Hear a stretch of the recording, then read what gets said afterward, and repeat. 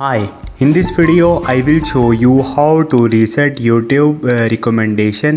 So YouTube recommendation is according to your interest, what kind of video you are watching on the YouTube. So that type of the videos YouTube application will show in the recommendation.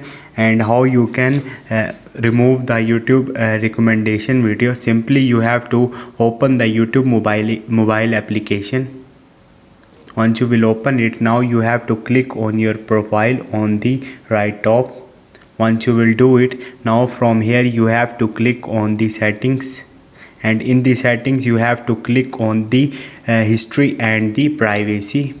Once you will do it, from here you have to clear your search history and clear your watch history. You have to clear both of these. Once you will do it, now go back and open your settings on your phone, and from here you have to click on the apps and the notification, and you have to search the YouTube application here.